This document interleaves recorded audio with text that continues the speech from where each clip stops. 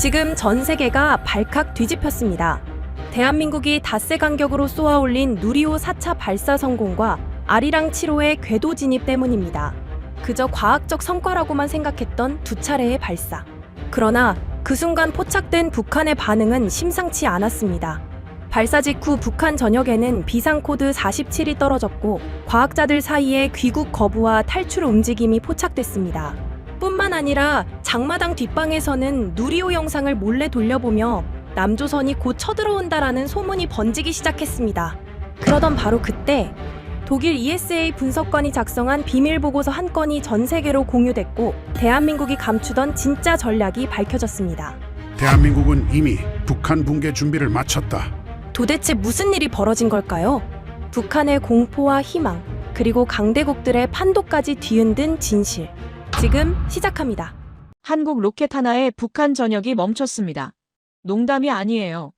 발사체가 하늘로 솟아오른 지 10분도 되지 않아 2,500만 명이 사는 나라의 통신망이 60% 가까이 사라졌거든요.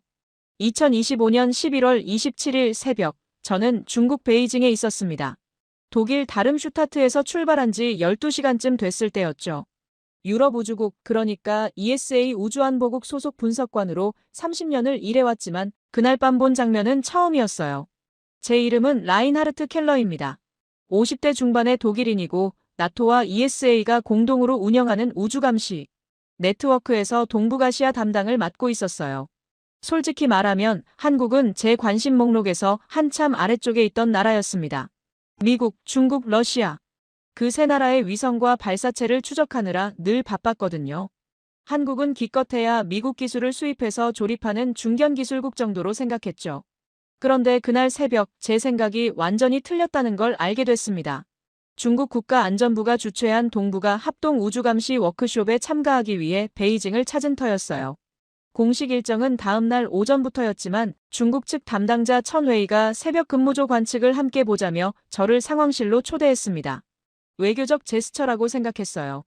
중국이 자국 감시 능력을 과시하려는 의도겠거니 짐작하면서 따라갔죠. 상황실은 지하 3층에 있었습니다. 출입증을 발급받고 보안 게이트를 3번이나 통과해야 했어요. 천웨이가 앞장서서 걸으며 설명을 이어갔습니다. 오늘 밤 한국에서 발사가 있습니다. 누리호 4차 발사요. 실시간으로 보시겠습니까? 저는 고개를 끄덕였어요. 누리호라는 이름은 들어본 적 있었습니다. 한국이 자체 개발한 우주 발사체라는 정도만 알고 있었죠. 그게 왜 중국 국가안전부 상황실에서 실시간으로 추적할 만큼 중요한지는 이해하지 못했어요. 상황실 문이 열리자 거대한 스크린 여러 개가 눈에 들어왔습니다. 중앙 화면에는 한반도 지도가 떠 있었고 전라남도 고흥이라는 지명이 깜빡이고 있었어요. 나로 우주센터. 한국의 우주 발사장이었죠. 카운트다운 숫자가 화면 구석에서 줄어들고 있었습니다. 천웨이가 제 옆자리를 가리키며 앉으라고 했어요. 저는 노트북을 꺼내 ESA 표준 관측 포맷을 열어두었습니다. 습관적인 행동이었죠. 큰 기대는 없었어요. 카운트다운이 10초를 지나 5초로, 그리고 0으로 떨어졌습니다. 화면 속에서 주황색 불꽃이 솟구쳤어요. 누리호가 이륙하는 장면이었습니다. 1단 분리, 2단 분리, 3단 분리. 데이터가 순서대로 화면에 찍혔어요. 모든 단계가 정상이었습니다. 차세대 중형 위성 3호와 큐브 위성 12기가 600km 궤도에 안착했다는 메시지가 떴을 때 저는 속으로 감탄했어요. 깔끔한 발사였거든요. 그런데 바로 그 순간 옆 화면에서 붉은 경보창이 번쩍였습니다. 비상코드 47. 처음 보는 코드였어요. 저는 천웨이를 돌아봤습니다. 저건 뭡니까? 천웨이의 표정이 굳어 있었어요. 그가 낮은 목소리로 대답했습니다. 북한 내부 경보입니다. 외부 위성 위협에 대응하는 최고 등급이에요. 제가 이 일을 15년 했는데 이 코드가 발령된 건 3번밖에 못 봤습니다. 저는 다시 화면을 봤어요. 북한 전역을 덮는 통신량 그래프가 실시간으로 떨어지고 있었습니다. 발사 전에는 평탄하던 선이 급격한 낙하를 그리더니 10분도 되지 않아 평시 대비 60% 수준까지 곤두박질 쳤어요. 통신을 차단하는 겁니까? 그렇습니다. 외부 위성이 감청할 수 있는 모든 채널을 닫는 거예요. 군 통신, 당 내부 회선, 심지어 일부 민간 네트워크까지. 북한이 이 정도로 반응하는 건 극히 드문 일입니다. 저는 이해할 수 없었어요. 누리호는 한국의 발사체였습니다. 한국은 북한의 적이긴 하지만 그렇다고 위성 하나의 나라 전체가 침묵 모드로 들어갈 이유가 있을까요? 미국이 군사위성을 쏘아 올릴 때도 이 정도 반응은 보이지 않았거든요. 왜 이렇게까지 예민하게 반응하는 겁니까? 천웨이가 화면을 확대했습니다. 누리호가 올린 위성들의 예상 궤도가 지구를 감싸는 선으로 표시됐어요. 그 선 중 하나가 한반도를 가로지르며 북한 상공을 스쳐 지나가고 있었습니다. 발사체 자체가 문제가 아닙니다. 저 위성들이 어디를 보느냐가 문제예요. 북한 지도부는 자기들 머리 위를 지나가는 눈을 가장 두려워합니다. 특히 그 눈이 동맹국 미국 것이 아니라 바로 옆나라 한국 것일 때는요. 저는 그 말을 곱씹었어요. 한국 위성이 북한 상공을 지나간다. 단순한 과학 실험치고는 반응이 너무 격렬했습니다. 뭔가 제가 모르는 맥락이 있다는 직감이 들었죠.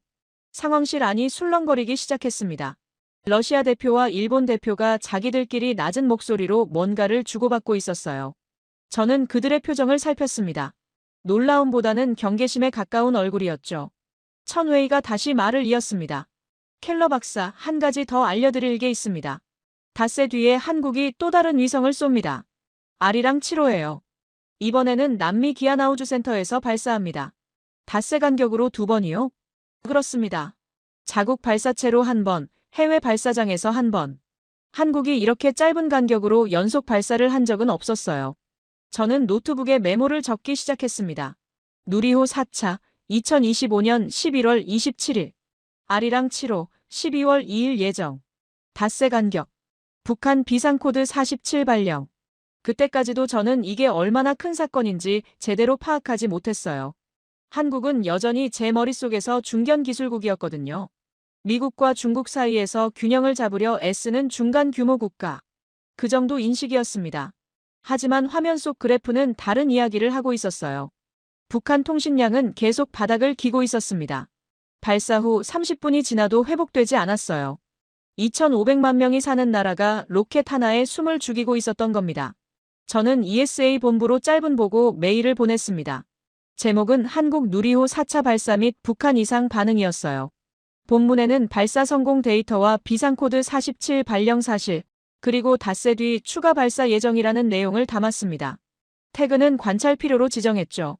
메일을 보내고 나서 저는 다시 화면을 봤어요. 누리호가 올린 위성들이 지구를 돌기 시작하고 있었습니다. 그 궤도 선 하나가 평양 상공을 지나갈 때마다 북한 통신 그래프가 미세하게 떨리는 것 같았어요. 착각일 수도 있었습니다. 하지만 그 순간 저는 뭔가 거대한 게 움직이기 시작했다는 느낌을 지울 수 없었어요. 천웨이가 커피를 건네며 물었습니다. 어떻게 생각하십니까, 켈러 박사? 저는 잠시 망설였어요. 솔직한 대답을 해야 할지, 외교적인 말을 해야 할지 판단이 서지 않았거든요. 결국 솔직하게 말했습니다. 이해가 안 됩니다. 한국 위성 하나에 왜 이 정도 반응이 나오는 건지. 미국 위성은 이미 수십 기가 북한 상공을 지나다니고 있지 않습니까? 천웨이가 고개를 저었어요. 미국 위성은 멀리서 오는 눈입니다. 북한도 익숙해요. 하지만 한국은 다릅니다. 바로 옆집이에요. 같은 말을 쓰고 같은 역사를 공유하고 심지어 같은 민족이죠. 그 옆집이 자기들 머리 위를 내려다볼 수 있는 눈을 갖게 됐다는 건 북한 지도부에게 완전히 다른 의미입니다. 저는 그 말을 천천히 되새겼어요. 같은 민족, 같은 말, 바로 옆집. 유럽인인 제가 놓치고 있던 맥락이었습니다. 동독과 서독이 분단됐을 때 서독이 동독 상공을 감시하는 위성을 쐈다면 어땠을까요? 아마 동독 지도부도 비슷한 공포를 느꼈을 거예요. 새벽 4시가 넘어가고 있었습니다. 상황실의 긴장감은 조금씩 가라앉고 있었지만 제 머릿속은 오히려 더 복잡해지고 있었어요. 한국이라는 나라를 다시 봐야 할 것 같다는 생각이 들었습니다. 천웨이가 마지막으로 한마디를 덧붙였어요. 켈러 박사, 닷새 뒤 아리랑 7호 발사도 지켜보시길 권합니다. 그때 북한이 어떻게 반응하는지 보시면 제가 오늘 한 말이 무슨 뜻인지 이해하실 겁니다. 저는 고개를 끄덕였어요. 그리고 노트북을 닫으며 생각했습니다. 이건 단순한 로켓 발사가 아니다. 뭔가 훨씬 더 큰 그림의 첫 조각이다. 그날 새벽 베이징 상황실에서 본 2개의 화면. 하나는 하늘로 솟아오르는 한국의 불꽃이었고 다른 하나는 침묵 속으로 가라앉는 북한의 어둠이었습니다. 그 두 화면이 제 안에서 겹쳐지는 순간 저는 알 수 없는 불안감을 느꼈어요. 설명할 수 없는 무언가가 시작되고 있었습니다. 워크숍 첫째 날 본회의는 오전 9시에 시작됐습니다. 저는 전날 새벽까지 상황실에 있었던 탓에 눈이 충혈된 채로 회의장에 들어섰어요. 중국, 러시아, 일본, 한국, 그리고 ESA 대표들이 긴 테이블 양쪽에 앉아 있었습니다. 동북아 우주감시 협력 방안이라는 거창한 제목이 스크린에 떠 있었죠. 하지만 제 머릿속은 온통 다른 생각으로 가득했어요. 새벽에 본 두 개의 화면이 계속 떠올랐거든요. 누리호가 솟아오르던 불꽃과 동시에 꺼져가던 북한 통신 그래프. 그 장면이 머리에서 지워지지 않았습니다. 회의가 진행되는 동안 저는 자료집을 넘기고 있었어요. 각국의 발사 일정과 위성 현황이 정리된 부록이 뒤쪽에 있었습니다. 페이지를 넘기다가 손이 멈췄어요. 한국 항목에서 눈에 띄는 문장을 발견했거든요. 아리랑 7호, 2025년 12월 2일 발사 예정. 발사장은 프랑스령 기아나우주 센터. 천웨이가 말했던 그 위성이었습니다. 닷새 뒤, 저는 날짜를 다시 확인했어요. 누리호 4차가 11월 27일이었고 아리랑 7호가 12월 2일이었습니다. 정확히 닷새 간격이었죠. 자국 발사체로 한 번, 해외 발사장에서 한 번. 이렇게 짧은 간격으로 두 번의 발사를 연속으로 진행하는 건 흔한 일이 아니었어요. 미국이나 중국처럼 발사 인프라가 충분한 나라도 보통은 몇 주에서 몇 달 간격을 두거든요. 한국이 이런 일정을 잡았다는 건 뭔가 의도가 있다는 뜻이었습니다. 회의 중간 휴식 시간에 천웨이가 제 옆으로 다가왔어요. 그가 주머니에서 접힌 종이 한 장을 꺼내 제 손에 쥐어줬습니다. 나중에 혼자 보세요. 여기선 안 됩니다. 저는 고개를 끄덕이고 종이를 재킷 안주머니에 넣었어요. 휴식이 끝나고 회의가 재개됐지만 종이가 신경 쓰여서 집중하기 어려웠습니다. 오후 세션이 끝난 뒤 저는 호텔 방으로 돌아왔어요. 문을 잠그고 커튼을 친 다음 천웨이가 준 종이를 펼쳤습니다. 북한 내부 분석 문서의 일부를 캡처한 것 같았어요. 한자와 한글이 섞여 있었고 몇몇 문장에 빨간 밑줄이 그어져 있었습니다. 저는 한글을 읽지 못했지만 숫자와 도표는 이해할 수 있었어요. 누리호 4차가 올린 위성들의 예상 궤도가 그려져 있었고 그 옆에 북한 영토를 덮는 범위가 색칠되어 있었습니다. 빨간 밑줄이 그어진 문장 옆에는 천웨이가 영어로 번역을 적어뒀더군요. 발사체보다 데이터 통신 방향이 문제. 남조선 위성이 무엇을 보고 누구에게 전송하는지 파악 불가. 이것이 가장 위험. 저는 그 문장을 여러 번 읽었어요. 북한이 두려워하는 건 로켓의 화력이 아니었습니다. 위성이 수집하는 정보, 그리고 그 정보가 어디로 흘러가는지 알 수 없다는 사실. 그게 그들을 공포에 빠뜨리고 있었던 거예요. 다음 날 워크숍 본회의에서 예상치 못한 질문이 나왔습니다. 일본 대표가 손을 들고 물었어요. 한국 측에 여쭤보고 싶습니다. 누리호 4차와 아리랑 7호의 연속 발사는 사전에 계획된 일정입니까? 아니면 최근에 조정된 겁니까? 회의장이 조용해졌어요. 한국 대표는 잠시 머뭇거리더니 대답했습니다. 두 발사 모두 수년 전부터 계획된 일정입니다. 연속 발사라기보다는 우연히 일정이 겹친 것에 가깝습니다. 저는 그 대답을 들으며 고개를 갸웃했어요. 우연이라고 하기엔 타이밍이 너무 절묘했거든요. 하지만 한국 대표의 표정은 담담했습니다. 더 이상 추궁하기 어려운 분위기였죠. 회의가 끝난 뒤 러시아 대표 세르게이 이바노프가 복도에서 저를 불러 세웠어요. GRU 부국장이라는 직함을 가진 사람이었습니다. 켈러 박사, 한국 발사에 대해 어떻게 생각하십니까? 저는 조심스럽게 대답했어요. 기술적으로 인상적인 성과입니다. 자국 발사체의 신뢰성을 입증했으니까요. 이바노프가 코웃음을 쳤습니다. 기술적 성과요? 그게 다입니까? ESA 분석관이 그 정도밖에 못 보셨습니까? 그의 말투에는 조롱이 섞여 있었어요. 저는 대꾸하지 않았습니다. 그가 뭔가를 더 알고 있는 것 같았지만 여기서 떠보일 생각은 없었거든요. 그날 밤 호텔 방에서 ESA 본부로부터 암호화 영상 통화 요청이 들어왔습니다. 브뤼셀에 있는 나토 우주안보 담당자와 다름슈타트의 ESA 상급자가 화면에 나타났어요. 켈러 박사 베이징 상황을 보고받았습니다. 한국의 연속 발사와 북한의 반응에 대해 임시평가 보고서를 작성해 주십시오. 저는 고개를 끄덕였어요. 범위는 어디까지입니까? 누리호 4차와 아리랑 7호의 기술적 분석, 북한의 비상 대응, 그리고 동북아 안보에 미치는 영향까지. 아리랑 7호 발사 직후 한국 현장 방문도 검토하고 있습니다. 항공우주연구원 시찰 가능성을 타진해 두세요. 통화가 끝난 뒤 저는 한동안 화면을 바라봤어요. ESA와 나토가 이 정도로 관심을 보이는 건 예상 밖이었습니다. 한국은 우리 레이더에서 늘 주변부에 있던 나라였거든요. 그런데 갑자기 임시평가 보고서의 현장 방문까지.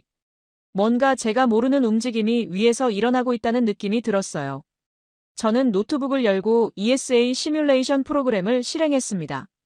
누리호 4차가 올린 위성들의 궤도 데이터를 입력하고 아리랑 7호의 예상 궤도를 추가했어요. 두 위성군이 지구를 돌면서 어떤 영역을 커버하는지 보고 싶었거든요. 시뮬레이션이 돌아가는 동안 저는 커피를 마시며 기다렸습니다. 몇 분 뒤 화면에 결과가 나타났어요. 저는 커피잔을 내려놓을 수밖에 없었습니다. 한반도 전체가 촘촘한 선으로 덮여 있었어요. 누리호 4차의 위성들과 아리랑 7호가 서로 다른 궤도에서 교차하면서 한반도와 주변 해역을 거의 빈틈없이 감시할 수 있는 구조를 만들고 있었습니다. 재방문 주기가 수십 분 단위까지 줄어드는 구간도 있었어요. 저는 화면을 확대하고 축소하며 여러 각도에서 확인했습니다.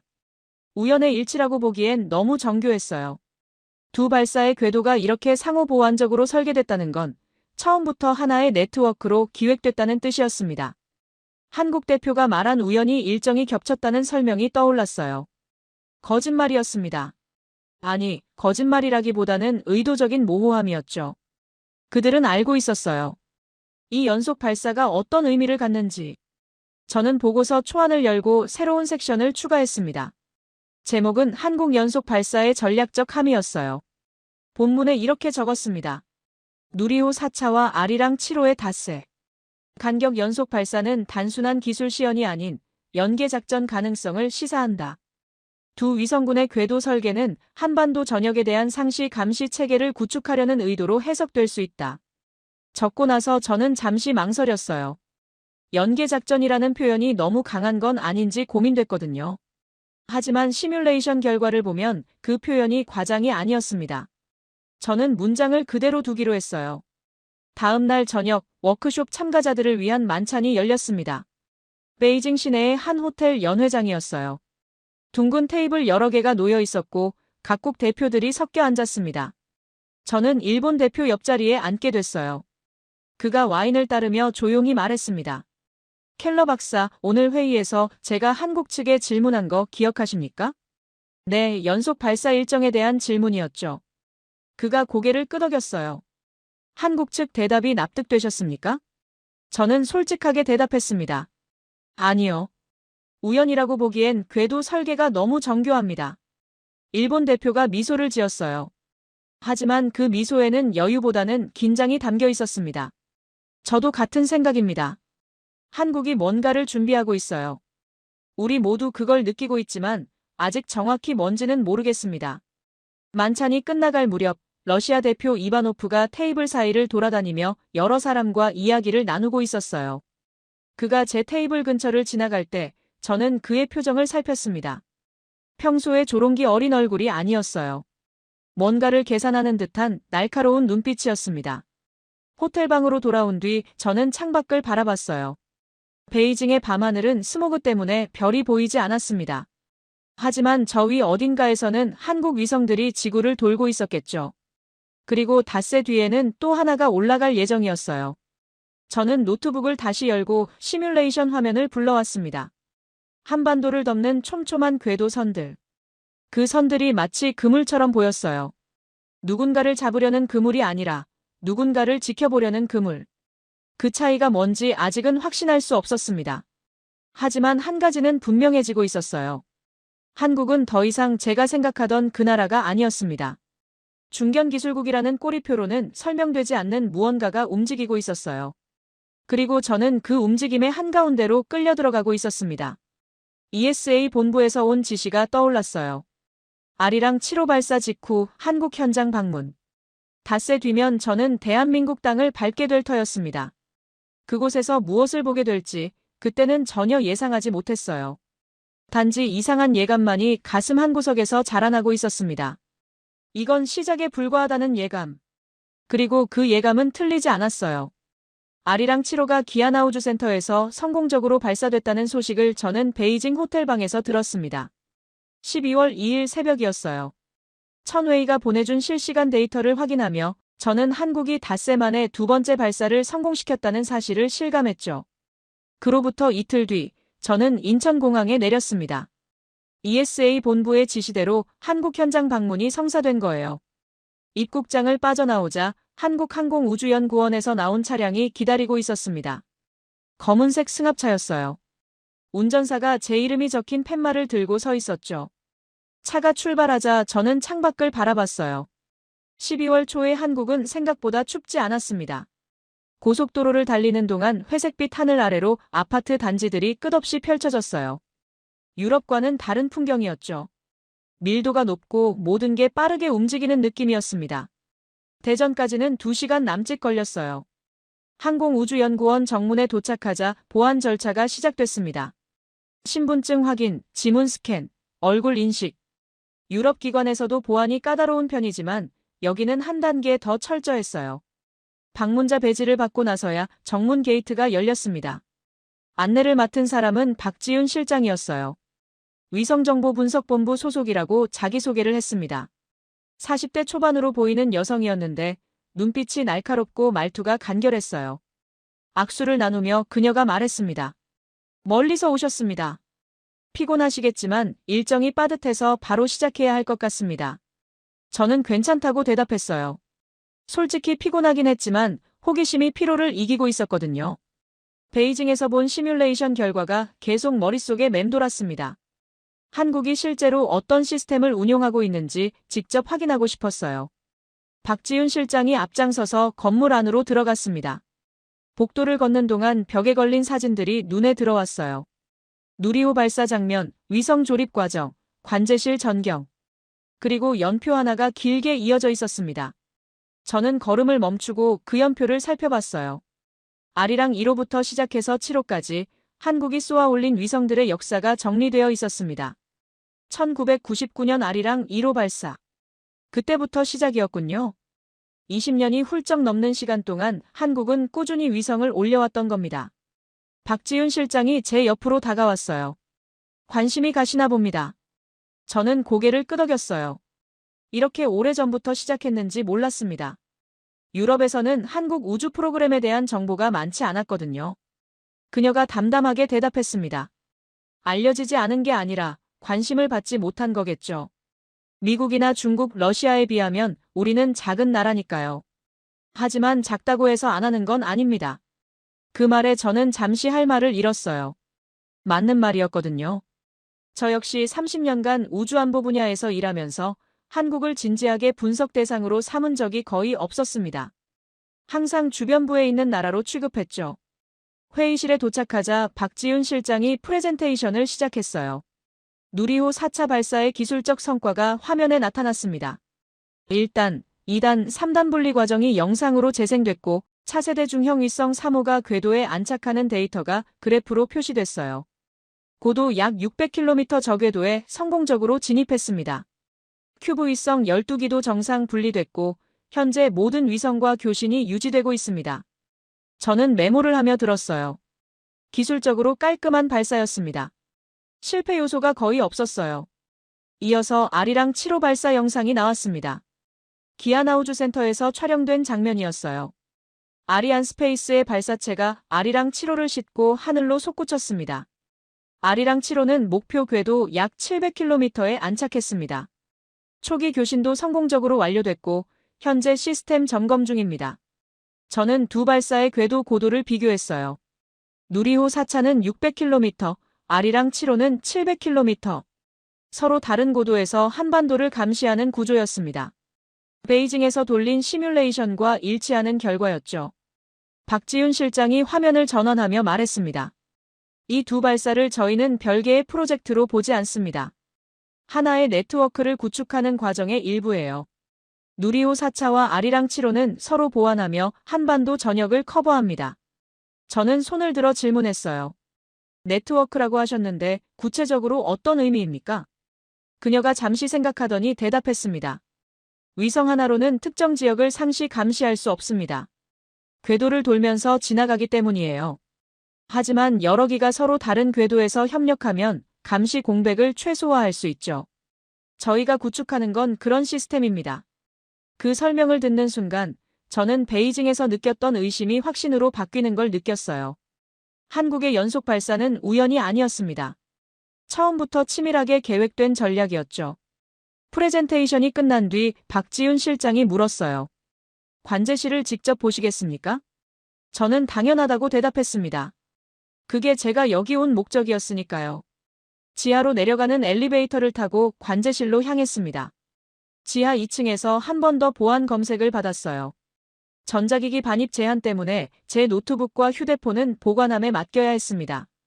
오직 눈으로만 보고 기억해야 하는 상황이었죠. 관제실 문이 열리자 저는 숨을 멈췄어요. 거대했습니다. 중앙에 초대형 스크린 3개가 나란히 걸려 있었고 그 앞으로 수십 개의 워크스테이션이 계단식으로 배치되어 있었어요. 엔지니어들이 각자 모니터를 보며 데이터를 분석하고 있었습니다.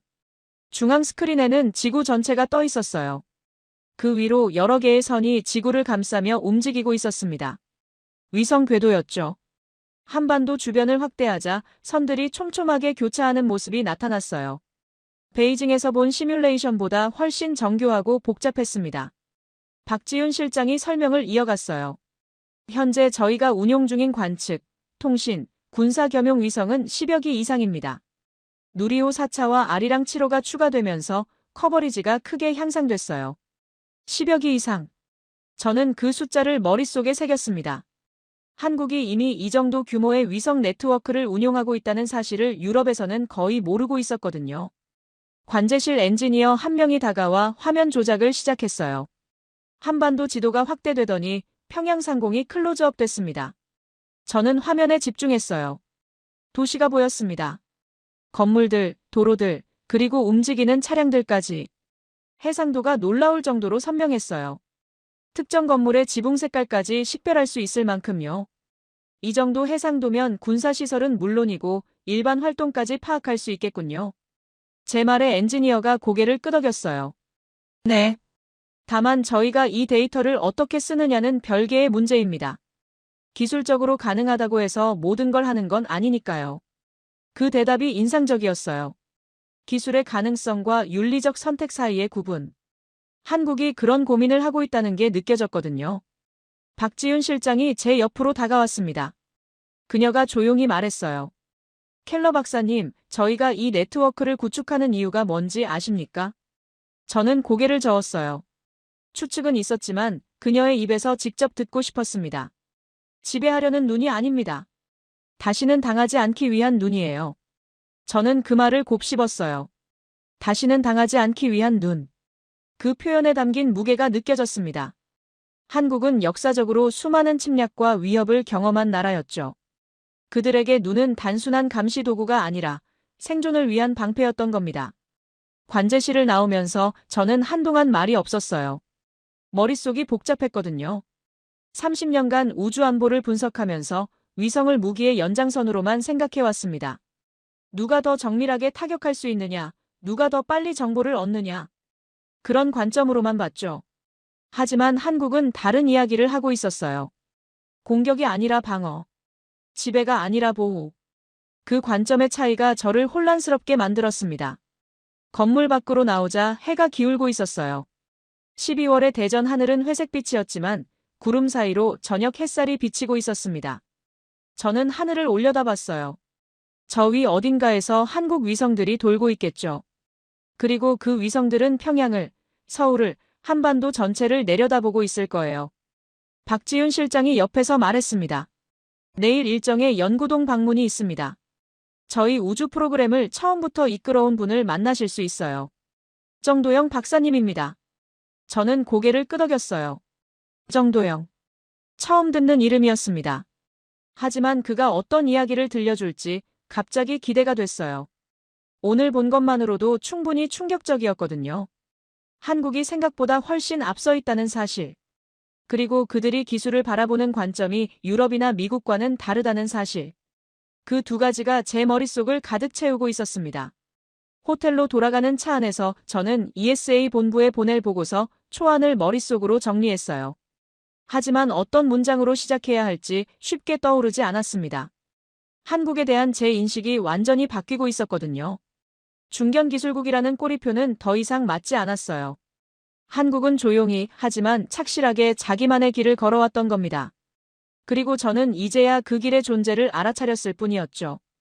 다음 날 아침, 저는 항공우주연구원 본관이 아닌 다른 곳으로 안내받았습니다. 박지윤 실장이 차를 몰아 연구단지 외곽으로 향했어요. 10분쯤 달리자 오래된 건물 하나가 나타났습니다. 본관의 현대적인 외관과는 전혀 달랐어요. 3, 40년은 됐을 법한 콘크리트 건물이었죠. 여기가 어딥니까? 초창기 연구동입니다. 지금은 거의 쓰지 않지만 정도영 박사님이 아직 이 건물을 고집하세요. 여기서 시작했으니 여기서 끝내겠다고 하시더라고요. 건물 안으로 들어서자 복도가 길게 이어졌어요. 벽에는 오래된 포스터와 사진들이 붙어 있었습니다. 1980년대, 1990년대의 흔적들이었죠. 젊은 연구원들이 로켓 모형 앞에서 찍은 단체 사진도 보였어요. 박지윤 실장이 복도 끝에 문 앞에서 멈췄습니다. 여기입니다. 저는 밖에서 기다리고 있을게요. 문을 열자 작은 연구실이 나타났어요. 책상 하나, 책장 여러 개, 그리고 벽 가득 붙어있는 메모와 도표들. 창가에 앉아있던 노인이 천천히 일어섰습니다. 흰 머리카락에 깊은 주름이 새겨진 얼굴이었지만 눈빛은 놀라울 정도로 맑았어요. 라인하르트 켈러 박사님이시죠? 정도영입니다. 먼 길 오셨습니다. 악수를 나누며 저는 그의 손을 느꼈어요. 거칠고 마른 손이었지만 악력은 단단했습니다. 50년 넘게 연구를 해온 사람의 손이었죠. 정도영 박사가 책상 서랍에서 낡은 서류철을 꺼냈습니다. 표지가 누렇게 바랜 문서였어요. 켈러 박사님, 한국이 왜 위성에 목숨을 거는지 궁금하시죠? 저는 고개를 끄덕였어요. 솔직히 말씀드리면 이해가 안 되는 부분이 있습니다. 한국은 미국의 동맹국이고 미군이 주둔하고 있습니다. 미국 위성 정보를 공유받을 수 있는데 왜 이렇게까지 자체 네트워크를 구축하려는 겁니까? 정도영 박사가 미소를 지었어요. 하지만 그 미소에는 쓸쓸함이 섞여 있었습니다. 좋은 질문입니다. 그 답을 드리려면 50년 전으로 돌아가야 해요. 그가 서류철 첫 페이지를 가리켰습니다. 1973년이라고 적혀 있었어요. 이 해에 저는 대학을 갓 졸업했습니다. 서울에서 태어났는데 제가 어렸을 때 서울은 아직 전쟁의 흔적이 남아 있었어요. 폭격으로 무너진 건물들, 부모를 잃은 고아들. 그게 제 유년기의 기억입니다. 저는 조용히 듣고 있었어요. 전쟁 직후의 한국. 유럽에서는 책으로만 접했던 역사였습니다. 1970년대 초 한국 정부는 비밀리에 핵무기 개발을 시도했습니다. 미국이 그걸 알아챘어요. 압박이 들어왔죠. 경제 제재 위협, 군사 지원 중단 경고. 한국은 결국 핵 개발을 포기해야 했습니다. 정도영 박사가 서류철을 넘겼습니다. 손으로 쓴 계획서가 나타났어요. 그런데 당시 저희 연구실 선배 한 분이 이런 말을 했어요. 핵은 못 만들어도 눈은 만들 수 있다고. 적이 뭘 하는지 볼 수 있으면 당하지는 않는다고요. 눈. 위성을 눈에 비유한 표현이었습니다. 그래서 저희는 방향을 틀었습니다. 핵 대신 위성. 폭탄 대신 로켓. 파괴하는 힘이 아니라 보는 힘을 기르자. 그게 1970년대 중반부터 시작된 한국 우주 프로그램의 출발점이에요. 정도영 박사가 자리에서 일어나 벽으로 다가갔습니다. 그가 한 장의 종이를 가리켰어요. 누렇게 변색된 메모지였는데 손글씨로 4글자가 적혀 있었습니다. 총 대신 눈. 이게 저희 연구실의 모토였습니다. 1978년에 제가 직접 쓴 거예요. 그때부터 지금까지 이 벽에 붙어 있었죠. 저는 그 메모를 바라봤습니다. 40년이 넘는 세월 동안 한 장소에 붙어 있던 종이. 거기에 담긴 의지가 느껴졌어요. 켈러 박사님, 남의 눈으로 보는 것과 내 눈으로 보는 건 다릅니다. 미국이 저희에게 정보를 줄 때, 그건 미국이 선택한 정보예요. 미국의 이익에 맞는 정보죠. 저희가 정말 알아야 할 것을 미국이 항상 알려준다는 보장이 없습니다. 그 말이 저를 멈추게 했어요. 유럽도 마찬가지였거든요. 나토 동맹 안에서도 정보 공유에는 항상 정치적 계산이 따라다녔습니다. 그래서 저희는 내 눈을 갖기로 했습니다. 오래 걸렸어요. 실패도 많았고 예산도 부족했죠. 하지만 포기하지 않았습니다. 50년이 걸렸어요. 그리고 이제 누리호와 아리랑 7호가 그 결실입니다. 정도영 박사가 책상으로 돌아와 다른 서류를 꺼냈습니다. 향후 10년간의 위성 발사 계획이 정리된 도표였어요. 이건 저희의 로드맵입니다. 앞으로 10년 안에 한반도 주변을 완전히 덮는 위성 네트워크를 구축할 겁니다. 그때가 되면 북한이 뭘 하든 중국이 뭘 하든 저희는 실시간으로 알 수 있어요. 저는 질문을 던졌어요. 이 전략은 공격이 아니라 방어에 초점이 맞춰져 있는 겁니까? 정도영 박사가 천천히 고개를 끄덕였습니다. 그렇습니다. 저희는 누구를 먼저 치려는 게 아니에요. 다만 속지 않으려는 겁니다. 1950년에 한국은 북한의 남침을 예측하지 못했습니다. 그 전쟁으로 수백만 명이 죽었어요.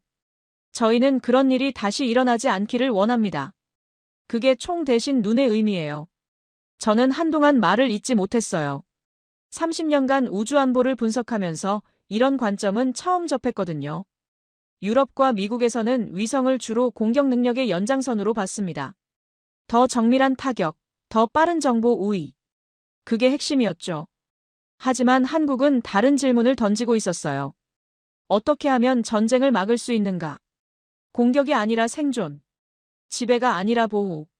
그 철학적 차이가 저를 흔들었습니다. 정도영 박사가 창밖을 바라보며 말했어요. 켈러 박사님, 저는 이제 80이 넘었습니다. 제 인생 전부를 이 일에 바쳤어요. 다만 한 가지 바람이 있다면 제가 만든 눈이 총으로 변하지 않았으면 해요. 저희가 구축한 이 네트워크가 평화를 지키는 데 쓰였으면 합니다. 그 말을 듣는 순간 저는 이 노인에 대한 깊은 존경심을 느꼈어요. 50년이라는 시간. 한 사람의 인생 전체를 걸고 만들어낸 전략. 그리고 그 핵심에는 파괴가 아니라 보호가 있었습니다. 연구실을 나오면서 저는 노트에 한 줄을 적었어요. 핵 대신 눈의 우산. 한국 전략을 요약하는 가장 적절한 표현이었죠. 박지훈 실장이 복도에서 기다리고 있었습니다. 어떠셨습니까? 제 관점이 바뀌었습니다. 한국을 완전히 다시 봐야 할 것 같습니다. 그녀가 미소를 지었어요. 처음으로 본 진짜 미소였습니다. 정도영 박사님을 만나면 다들 그렇게 말씀하세요. 그분이 특별한 건 아니에요. 그냥 50년 동안 같은 꿈을 꾸신 분이죠. 호텔로 돌아온 뒤 저는 ESA 보고서 초안을 열었어요. 한국 전략 파트를 별도 섹션으로 분리하기로 했습니다. 제목은 한국의 우주전략 핵 대신 눈으로 정했어요. 본문에 이렇게 적었습니다.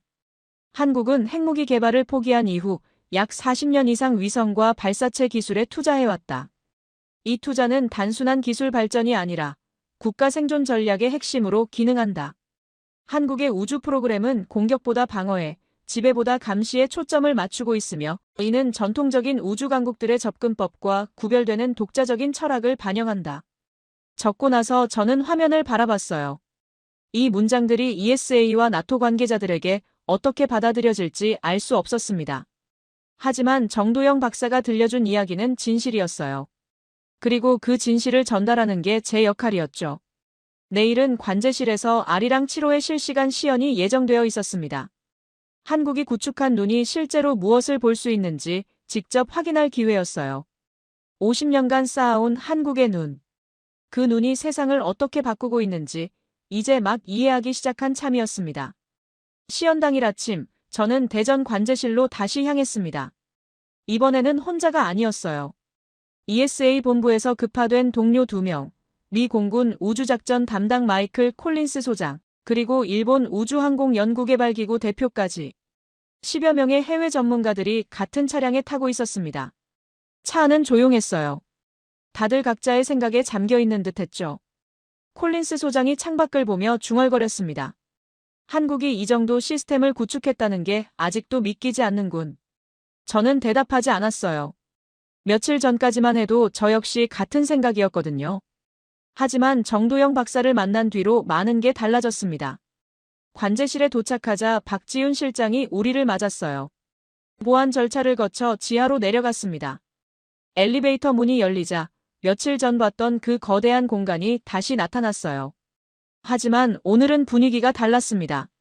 중앙 스크린 앞에 의자들이 배치되어 있었고 엔지니어들이 마지막 점검을 하고 있었죠. 우리는 지정된 자리에 앉았어요. 저는 중앙에서 약간 왼쪽 스크린이 가장 잘 보이는 위치였습니다. 박지윤 실장이 마이크를 잡았어요. 오늘 시연은 누리호 4차와 아리랑 7호가 구축한 통합감시 네트워크의 실시간 운용 능력을 보여드리는 자리입니다. 약 40분간 진행되며 질의응답은 시연 후에 받겠습니다. 스크린에 불이 들어왔어요. 지구 전체가 나타났습니다. 파란 행성 위로 여러 개의 선이 움직이고 있었어요. 위성 궤도였죠. 누리호 4차가 올린 위성들과 아리랑 7호가 서로 다른 높이에서 지구를 감싸며 돌고 있었습니다. 엔지니어가 설명을 시작했어요. 현재 화면에 보이는 것은 한국이 운용 중인 관측 위성 네트워크입니다. 누리호 4차로 올린 차세대 중형 위성 3호는 고도 600km에서 아리랑 7호는 고도 700km에서 운용됩니다. 두 위성군이 협력하면서 한반도 상공 재방문 주기가 수십 분 단위까지 단축됐습니다. 수십 분 단위. 저는 그 숫자를 머릿속에 새겼어요. 과거에는 특정 지역을 다시 촬영하려면 몇 시간에서 하루 이상 걸렸습니다. 그런데 수십 분이면 거의 실시간에 가까운 감시가 가능하다는 뜻이었죠. 화면이 한반도로 확대됐어요. 북한 영토가 클로즈업 되더니 평양 인근의 특정 지역이 표시됐습니다. 지금부터 평양 북쪽 핵시설 의심 지역에 대한 실시간 추적을 시연하겠습니다. 화면에 건물들이 나타났어요. 해상도가 놀라웠습니다. 지붕의 색깔, 주차된 차량의 수, 심지어 건물 주변을 걷는 사람들의 그림자까지 식별할 수 있었어요. 콜린스 소장이 낮은 목소리로 감탄했습니다. 이건 우리 정찰 위성 수준이야. 엔지니어가 화면을 전환했어요. 이번에는 동해 상해 북한 함정이 나타났습니다. 배의 윤곽이 선명하게 보였고 화면 한쪽에는 위험도 수준이 색상으로 표시되어 있었어요. 녹색, 황색, 적색. AI가 실시간으로 위협 수준을 분석하고 있었던 겁니다. 이 분석 시스템은 위성 영상과 통신 데이터를 결합해 자동으로 위험도를 산출합니다. 인간 분석관이 개입하기 전에 1차 필터링이 완료되는 구조입니다. 저는 화면을 바라보며 묘한 감정을 느꼈어요. 경외심과 불안함이 뒤섞인 느낌이었죠. 이 정도 능력이면 북한의 거의 모든 군사활동을 실시간으로 파악할 수 있었습니다. 그때 문득 천웨이가 베이징에서 보내준 영상 파일이 떠올랐어요. 평양 장마당 뒷방에서 촬영된 영상이었습니다. 저는 호텔에서 그 파일을 열어봤었죠. 영상 속에는 서너 명의 여성이 작은 화면 앞에 모여 앉아 있었어요. 스마트폰이나 태블릿 같은 기기였습니다. 화면에서는 누리호 발사 영상이 재생되고 있었죠. 주황색 불꽃이 솟아오르는 장면.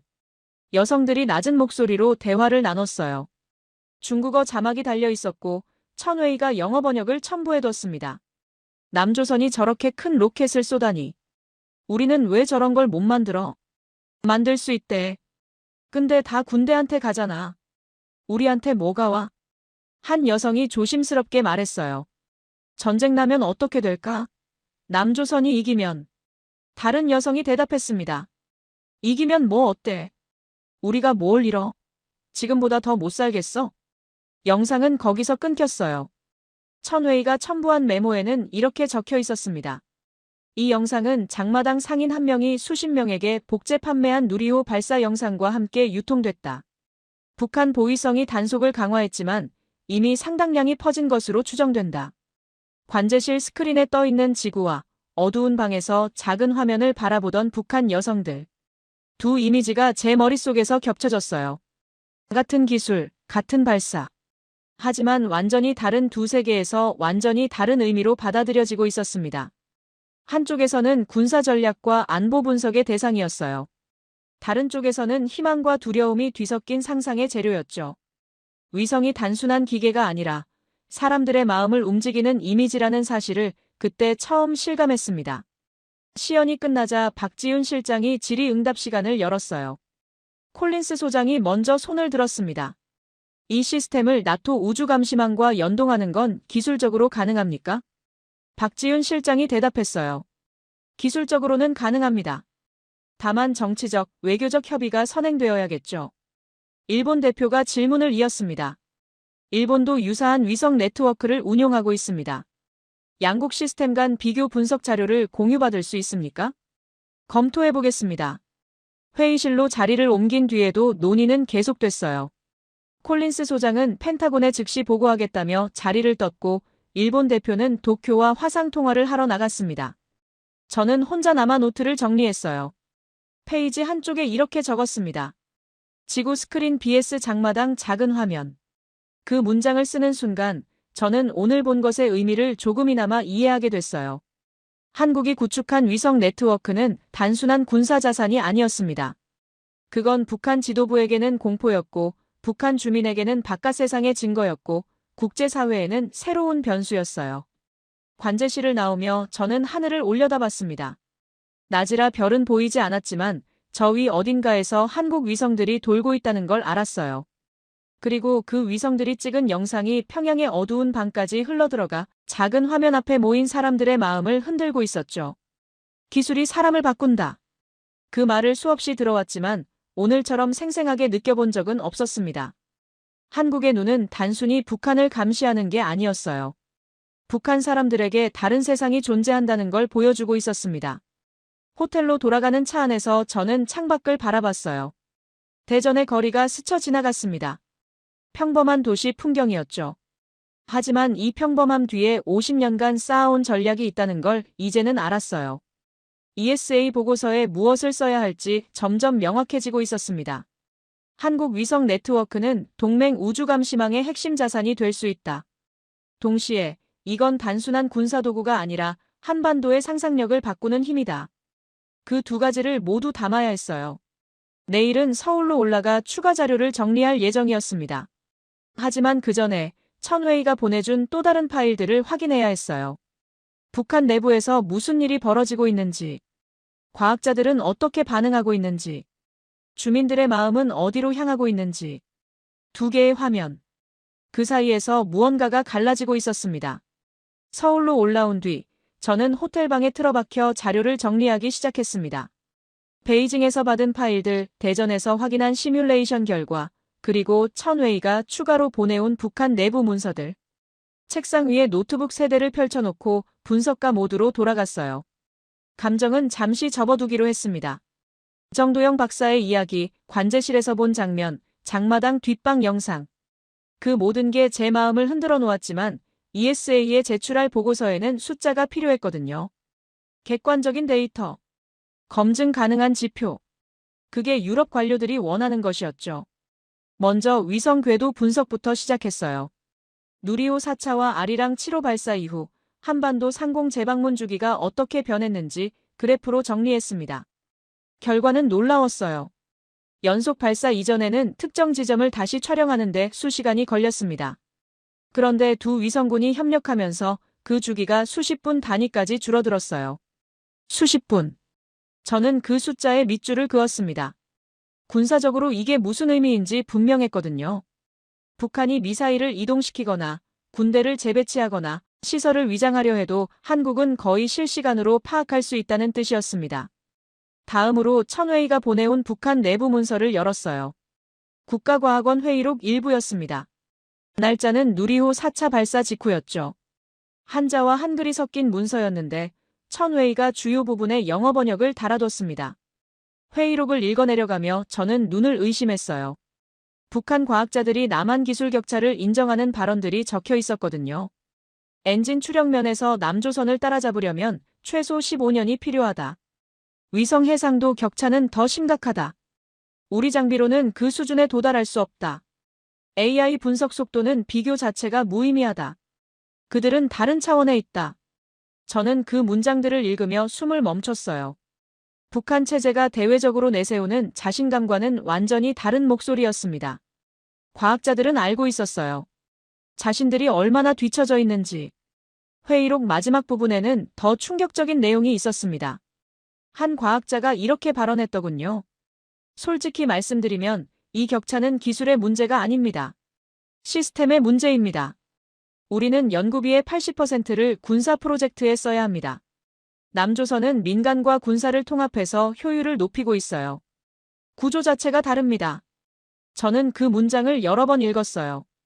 북한 과학자가 자국 시스템의 한계를 지적하고 있었습니다. 이건 단순한 기술 보고가 아니었어요. 체제에 대한 회의였죠. 다음 파일을 열었습니다. 북한 보위성 내부 보고서였어요.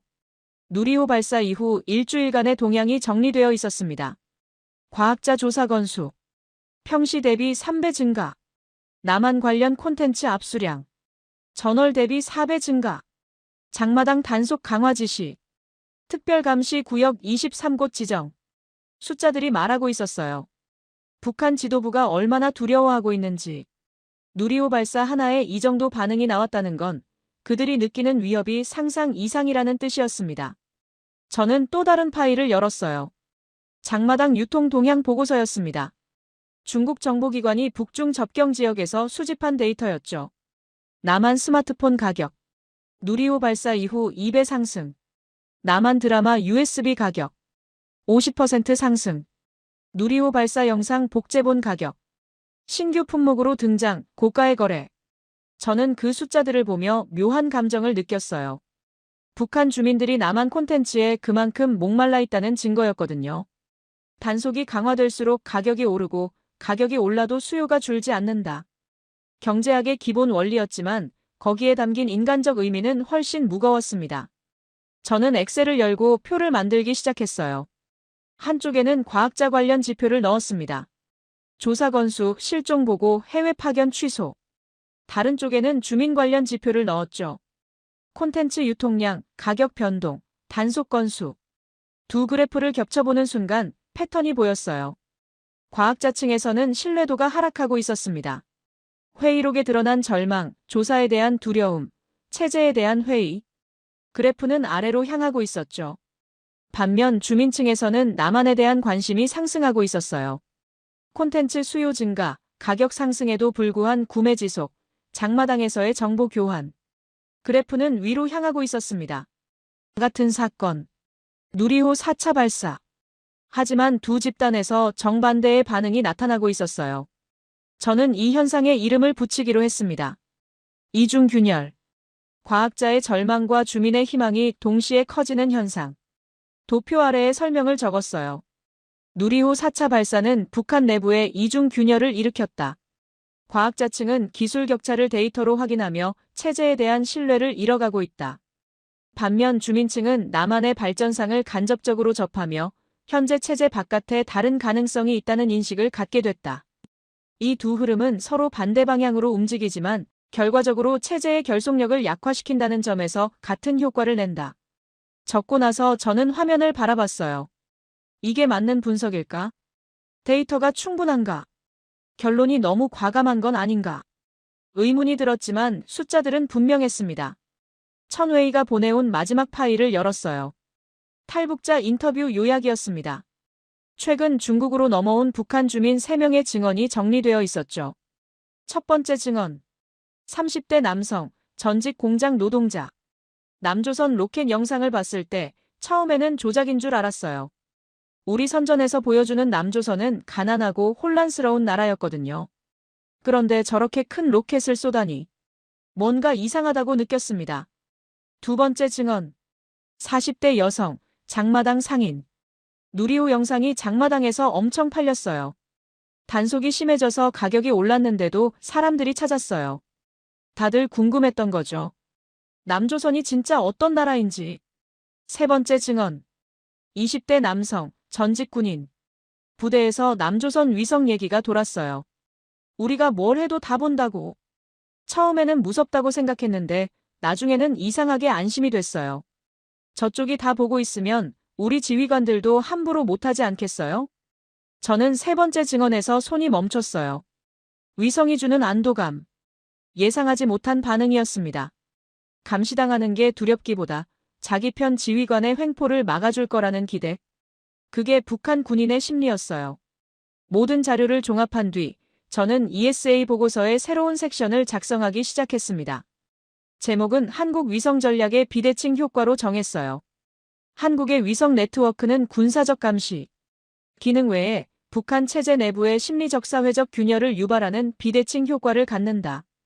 이 효과는 의도된 것인지 부수적 결과인지 불분명하나 결과적으로 한국의 우주 전략은 총 한 발 쏘지 않고도 적국 내부의 질문을 씹는 도구로 기능하고 있다. 질문을 씹는 도구. 그 표현이 마음에 들었어요. 한국 위성은 북한을 밖에서 두드리는 게 아니었습니다. 안에서부터 갈라지게 만들고 있었죠. 창밖으로 서울의 야경이 보였어요. 불빛들이 반짝이고 있었습니다. 저 불빛 아래에서 수천만 명이 평범하게 살아가고 있었죠. 그리고 휴전선 너머에서는 또 다른 수천만 명이 어둠 속에서 작은 화면을 들여다보며 이 불빛들을 상상하고 있었습니다. 이중균열, 과학자의 절망, 주민의 희망. 두 갈래의 물줄기가 같은 방향으로 흐르고 있었어요. 보고서를 저장하고 노트북을 닫았습니다. 내일은 서울에서 열리는 국제우주안보 학술대회에 참석할 예정이었어요. 거기서 한국 연구진과 다시 만나게 될 터였습니다. 그리고 예상치 못한 사람도 만나게 될 거라는 건 그때는 몰랐어요. 숫자들이 보여준 그림. 그 그림이 내일 어떤 얼굴로 나타날지 저는 아직 알지 못했습니다. 학술대회장은 서울 강남의 대형 컨벤션 센터였습니다. 등록 데스크에서 명찰을 받아 목에 걸었어요. 라인하르트 켈러, ESA 우주안보국이라고 적혀 있었죠. 프로그램 책자를 펼치니 20여 개국에서 300명 이상이 참가한다고 적혀 있었습니다. 로비를 지나 대회의장으로 향했어요. 입구에서 박지윤 실장과 마주쳤습니다. 그녀가 반갑게 인사했어요. 켈러 박사님 오셨군요. 오늘 프로그램 보셨습니까? 대충 훑어봤습니다. 한국 연구진 발표가 오전에 있더군요. 네. 그리고 오후에 특별 세션이 하나 있어요. 꼭 들어보시길 권합니다. 그녀가 프로그램 책자의 한 페이지를 가리켰어요. 탈북 과학자가 본 남북 우주기술 격차라는 제목이 눈에 들어왔습니다. 발표자 이름은 리진우. 전 북한 우주개발국 선임연구원, 현 한국초청연구원이라고 적혀 있었죠. 저는 그 이름을 기억해뒀어요. 탈북 과학자의 증언이라면 들어볼 가치가 있었습니다. 오전 세션은 한국 연구진의 기술 발표로 시작됐어요. 누리호 4차와 아리랑 7호의 성과가 슬라이드로 정리되어 나왔습니다. 대부분 제가 대전에서 이미 확인한 내용이었죠. 하지만 국제 무대에서 공식적으로 발표되는 건 처음이었어요. 청중석에서 메모하는 소리가 들렸습니다. 점심 휴식 후 특별 세션이 시작됐어요. 회의장 분위기가 달라졌습니다. 사람들이 앞자리로 몰려들었거든요. 저도 가능한 한 앞쪽에 자리를 잡았어요. 무대 위로 한 남자가 올라왔습니다. 40대 초반으로 보였어요. 마른 체구에 안경을 쓴 얼굴. 긴장한 듯 손을 주머니에 넣었다 뺐다 하고 있었죠. 리진우였습니다. 그가 마이크 앞에 섰어요. 잠시 침묵이 흘렀습니다. 그리고 그가 입을 열었어요. 저는 2023년까지 북한 우주개발국에서 일했습니다. 위성 설계 담당이었어요. 제가 만든 위성은 사람을 살리는 눈이 아니었습니다. 사람을 죽이는 데 쓰일 눈이었죠. 회의장이 조용해졌어요. 누구도 움직이지 않았습니다. 리진우가 말을 이었어요. 북한에서 위성을 설계할 때 우리에게 주어진 목표는 단 하나였습니다. 적을 타격하는 데 필요한 좌표를 제공하라. 민간인 피해는 고려 대상이 아니었어요. 오히려 피해가 클수록 좋다고 했습니다. 공포를 주는 게 목적이니까요. 저는 숨을 죽이고 들었어요. 그의 목소리는 떨리고 있었지만 멈추지 않았습니다. 그런데 한국에 와서 처음으로 다른 설계를 봤어요. 민간인 피해 최소화가 기본 전제로 들어가 있었습니다. 같은 기술인데 목적이 완전히 달랐어요. 북한에서는 어떻게 하면 더 많이 죽일 수 있을까를 고민했는데 여기서는 어떻게 하면 덜 죽일 수 있을까를 고민하고 있었습니다. 청중석에서 누군가 기침을 했어요. 그 외에는 아무 소리도 들리지 않았습니다. 저는 지금 한국에서 2개의 프로젝트에 참여하고 있습니다. 둘 다 민간 보호를 전제로 한 위성 시스템이에요. 제가 북한에서 배운 기술을 여기서 다르게 쓰고 있습니다. 무기를 만들던 손으로 이제는 사람을 살리는 눈을 만들고 있어요. 그가 잠시 말을 멈췄어요. 안경을 벗고 눈을 닦았습니다. 다시 안경을 쓰고 청중을 바라봤어요. 북한에 남아있는 제 동료들이 있습니다. 그들도 알고 있어요. 우리가 얼마나 뒤처져 있는지, 우리 시스템이 얼마나 잘못됐는지. 하지만 말할 수 없습니다. 말하면 죽으니까요. 저는 운이 좋아서 여기 서 있습니다. 그들을 대신해서 말하고 싶었습니다. 발표가 끝나자 잠시 정적이 흘렀어요. 그리고 박수가 터져나왔습니다. 처음에는 몇 명이었지만 금세 회의장 전체로 퍼졌어요. 기립박수를 보내는 사람들도 있었습니다. 저는 박수를 치면서 리진우를 바라봤어요. 그는 고개를 숙이고 서 있었습니다. 어깨가 미세하게 떨리고 있었죠. 그가 얼마나 큰 용기를 낸 건지 저는 조금이나마 이해할 수 있었어요. 이어서 패널 토론이 시작됐습니다. 정도영 박사가 무대 위로 올라왔어요. 며칠 전 대전 연구동에서 만났던 그 노인이었죠. 그가 마이크를 잡았습니다. 리진우 박사의 발표를 들으며 50년 전 제가 했던 선택이 떠올랐습니다. 한국도 한때 핵을 만들려 했어요. 하지만 포기했습니다. 대신 눈을 만들기로 했죠. 총 대신 눈. 그게 저희의 선택이었습니다. 그가 청중을 둘러봤어요. 오늘 이 자리에 계신 분들께 한 가지만 기억해 주셨으면 합니다. 같은 기술이라도 어떻게 쓰느냐에 따라 완전히 다른 결과를 낳습니다. 한국은 그 기술로 누군가를 위협하려는 게 아닙니다. 다시는 속지 않으려는 것뿐이에요. 패널 토론이 이어지는 동안 저는 휴대폰을 확인했어요. 암호화 메시지 알림이 와 있었습니다. 발신자는 알 수 없는 주소였지만 제목에 리명철이라고 적혀 있었어요. 북한 국가과학원 책임자. 천웨이가 언급했던 이름이었습니다. 저는 메시지를 열었어요. 짧은 문장 몇 개가 적혀 있었습니다. 켈러 박사. 당신이 서울에 있다는 걸 알고 있습니다. 전하고 싶은 이야기가 있어요. 우리 젊은 과학자들이 남조선 자료를 몰래 공부하며 버티고 있습니다. 희망을 잃지 않으려고요. 그리고 한 소년이 있었습니다. 평양 외곽에 사는 아이였어요. 그 아이가 누리호 발사 영상을 보고 이렇게 말했답니다. 저 불꽃이 나를 데리러 오는 거라고. 메시지는 거기서 끝났어요. 저는 화면을 한동안 바라봤습니다. 저 불꽃이 나를 데리러 오는 거라고. 평양의 어떤 소년이 한 말이었어요. 누리호가 솟아오르는 영상을 보며 그 아이는 희망을 봤던 겁니다. 폐막 세션이 시작됐어요. 나토 우주안보 담당자가 단상에 올랐습니다. 그가 마이크를 잡고 공식 발언을 했어요. 오늘 학술대회에서 발표된 한국의 위성 전략은 매우 인상적이었습니다. 나토는 이 전략을 새로운 형태의 방어 중심 우주 억지 모델로 평가합니다. 앞으로 나토의 정책 사례 연구 목록에 한국 사례를 공식 포함시킬 예정입니다. 회의장에서 다시 박수가 터져나왔어요. 한국 대표단 쪽에서 환호성이 들렸습니다. 50년간 쌓아온 전략이 국제 무대에서 공식적으로 인정받는 순간이었죠. 학술대회가 끝난 뒤 저는 로비에서 기념 촬영에 참여했어요. 한국, 유럽, 미국, 일본 연구진이 함께 섰습니다. 카메라 플래시가 터지는 순간 저는 리명철의 메시지를 떠올렸어요. 저 불꽃이 나를 데리러 오는 거라고. 그 소녀는 지금 어디에 있을까요? 평양 외곽 어딘가에서 여전히 하늘을 올려다보고 있을까요? 누리호의 불꽃을 기억하며 언젠가 자신도 저 하늘로 갈 수 있을 거라고 믿고 있을까요? 기념 촬영이 끝나고 사람들이 흩어졌어요. 저는 컨벤션 센터 밖으로 나왔습니다. 서울의 저녁 하늘이 붉게 물들어 있었어요. 리진우의 증언, 정도영의 철학, 리명철의 메시지, 그리고 나토의 공식 인정. 오늘 하루 동안 너무 많은 일이 있었습니다. 하지만 가장 오래 남는 건 그 소년의 말이었어요. 저 불꽃이 나를 데리러 오는 거라고. 기술은 차갑습니다. 위성은 금속 덩어리예요. 로켓은 연료를 태우는 기계죠.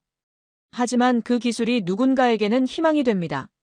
어두운 방에서 작은 화면을 바라보는 소년에게 하늘로 솟아오르는 불꽃은 탈출구였어요. 호텔로 돌아가는 택시 안에서 저는 창밖을 바라봤어요. 서울의 불빛들이 스쳐 지나갔습니다. 저 불빛 하나하나가 누군가의 삶이었죠. 그리고 휴전선 너머에서는 또 다른 누군가가 이 불빛들을 꿈꾸고 있었습니다. 내일이면 저는 독일로 돌아갑니다. 다름슈타트의 사무실에서 최종 보고서를 마무리해야 해요. 하지만 그 보고서에 무엇을 써야 할지 이제는 분명해졌습니다. 한국의 위성은 단순한 기술이 아닙니다. 그건 50년의 꿈이고 과학자의 양심이고 소년의 희망이에요. 총 대신 눈을 택한 나라. 그 눈이 세상을 어떻게 바꾸고 있는지 저는 오늘 직접 봤습니다. 택시가 호텔 앞에 멈췄어요. 차에서 내리며 저는 하늘을 올려다봤습니다. 서울의 밤하늘에는 별이 보이지 않았어요. 하지만 저 위 어딘가에서 한국 위성들이 지구를 돌고 있다는 걸 알았습니다. 그리고 평양의 어떤 소년도 같은 하늘을 올려다보고 있을 거라고 생각했어요. 독일로 돌아온 건 12월 5일이었습니다. 다름슈타트 ESA 위성운영센터 사무실에 앉아 있으니 지난 열흘이 꿈처럼 느껴졌어요. 베이징의 새벽 대전의 관제실, 서울의 학술대회. 그 모든 장면이 머릿속에서 겹쳐졌습니다. 창밖으로 독일의 겨울 하늘이 보였어요. 회색 구름이 낮게 깔려 있었죠. 한국의 하늘과는 달랐습니다. 하지만 저 구름 위 어딘가에서는 한국 위성들이 지구를 돌고 있다는 걸 알았어요. 컴퓨터를 켜고 최종 보고서 파일을 열었습니다. 제목을 수정해야 했어요. 처음에는 한국 연속 발사의 전략적 함이라고 적었었죠. 하지만 그건 너무 좁은 제목이었습니다. 저는 제목을 지우고 새로 썼어요. 한국 위성 기술의 전략적 의미 무기인가 기준인가? 무기인가 기준인가? 그 질문이 지난 열흘간 제 머릿속을 맴돌았습니다. 한국이 구축한 위성 네트워크는 분명 군사적 가치가 있었어요. 하지만 그게 전부가 아니었죠. 그건 새로운 기준이었습니다. 기술을 어떻게 써야 하는지에 대한 보고서 첫 부분의 역사적 맥락을 정리했어요. 1970년대 핵 개발 시도와 중단. 그 이후 50년간의 위성 발사체 투자. 정도영 박사가 들려준 이야기를 간결하게 요약했습니다. 총 대신 눈을 택한 나라. 그게 한국이었어요. 중간 부분에서는 누리호 4차와 아리랑 7호의 기술적 성과를 다뤘습니다.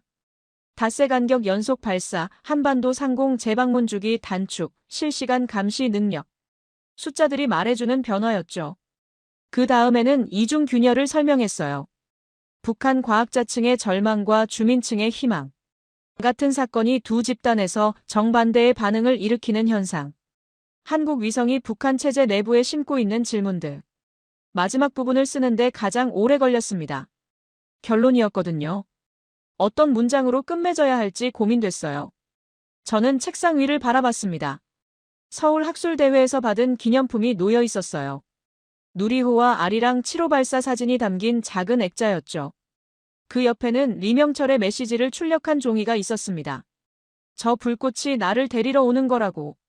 평양의 그 소년. 이름도 모르는 아이였어요. 하지만 그 아이의 말이 계속 떠올랐습니다. 누리호가 솟아오르는 영상을 보며 그 아이는 희망을 봤어요. 하늘로 향하는 불꽃 속에서 탈출구를 상상했죠. 저는 그 출력물을 스캔해서 보고서 부록에 첨부했습니다. 공식 문서에 어울리지 않는 내용일 수도 있었어요. 하지만 이 이야기가 빠지면 보고서가 불완전하다고 느꼈습니다. 결론 부분을 쓰기 시작했어요. 한국의 위성 전략은 전통적인 우주 강국들의 접근법과 구별된다. 미국, 중국, 러시아가 위성을 공격 능력의 연장선으로 보는 반면 한국은 방어와 감시에 초점을 맞춘다. 이 전략은 단순한 기술적 선택이 아니라 철학적 선택이다.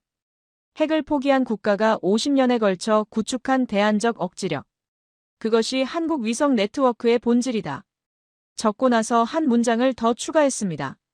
한국은 총 대신 눈을 택했다. 그 눈은 적을 위협하는 무기가 아니라 다시는 속지 않겠다는 의지의 표현이다. 이것은 새로운 기준이 될 수 있다. 보고서를 저장하고 ESA 나토 공유 시스템에 업로드했어요. 배포 범위를 설정하는 창이 떴습니다. ESA 본부, 나토 우주안보국, 독일 프랑스 영국 국방부. 체크박스를 하나씩 눌렀죠. 업로드가 완료됐다는 메시지가 떴어요. 저는 화면을 바라보며 잠시 멍하니 앉아 있었습니다. 열흘간의 여정이 이 파일 하나로 압축된 느낌이었어요. 마지막으로 해야 할 일이 하나 남았습니다. ESA 내부 데이터베이스에서 한국의 분류를 수정하는 것이었어요. 지금까지 한국은 관찰 대상 카테고리에 있었습니다. 미국, 중국, 러시아 아래, 일본, 인도와 같은 줄이에요. 저는 분류를 변경했습니다. 관찰 대상에서 참조 모델로. 한국은 더 이상 지켜보기만 할 나라가 아니었어요. 배우고 참고해야 할 나라였죠. 변경 사항을 저장하고 시스템 로그를 확인했습니다. 분류 변경 대한민국 관찰 대상 참조 모델. 단 한 줄의 기록이었지만 제게는 의미가 있었어요. 창밖이 어두워지고 있었습니다. 사무실 조명이 자동으로 켜졌어요. 저는 의자를 돌려 창가를 바라봤습니다. 다름슈타트의 밤하늘. 구름 사이로 별 몇 개가 보였어요. 저 별들 사이 어딘가에서 한국 위성들이 돌고 있겠죠. 그리고 그 위성들이 보내는 데이터가 누군가에게는 안 보이고 누군가에게는 공포이고 또 누군가에게는 희망일 거예요. 베이징 상황실에서 두 개의 화면을 봤던 새벽이 떠올랐습니다. 누리호가 솟아오르는 불꽃과 동시에 꺼져가던 북한 통신 그래프. 그때 저는 뭔가 거대한 게 시작됐다는 느낌을 받았어요. 그리고 그 느낌은 틀리지 않았죠. 책상 위에 놓인 노트를 펼쳤습니다. 지난 열흘간의 메모들이 빼곡했어요. 마지막 페이지에 한 줄을 적었습니다. 기술은 무기가 아니라 누구의 손에 들리느냐와 어디를 비추느냐로 정의된다. 펜을 내려놓고 노트를 덮었어요. 이제 정말 끝이었습니다. 하지만 동시에 뭔가가 시작되는 느낌이었어요. 한국을 바라보는 제 시선이 완전히 달라졌거든요. 중견기술국이라는 꼬리표는 사라졌습니다. 그 자리에 새로운 인식이 들어섰어요. 50년간 조용히 자기 길을 걸어온 나라. 총 대신 눈을 택한 나라. 그리고 그 눈으로 세상을 바꾸고 있는 나라. 사무실 불을 끄고 나왔습니다. 복도를 걸으며 생각했어요. 평양의 그 소녀는 지금 무엇을 하고 있을까? 여전히 하늘을 올려다보고 있을까? 언젠가 저 불꽃이 자신을 데리러 올 거라고 믿고 있을까? 저는 알 수 없었습니다. 하지만 한 가지는 확실했어요. 한국이 쏘아올린 불꽃은 단순한 로켓이 아니었습니다. 그건 질문이었어요. 기술은 무엇을 위해 존재하는가? 힘은 어떻게 써야 하는가? 눈은 무엇을 봐야 하는가? 그 질문들이 이제 세상에 던져졌습니다. 그리고 저는 그 질문에 대한 답을 찾는 여정에 함께하게 됐어요. 다름슈타트의 밤은 고요했습니다. 하지만 저 하늘 위에서는 한국의 눈들이 쉬지 않고 지구를 돌고 있었죠. 대한민국이 잘하고 있다고 생각하신다면, 한국 최고, 대한민국이 아직 멀었다고 생각하신다면, 한국 힘내라. 여러분의 생각을 댓글로 남겨주세요. 지금까지 감동을 더하다였습니다.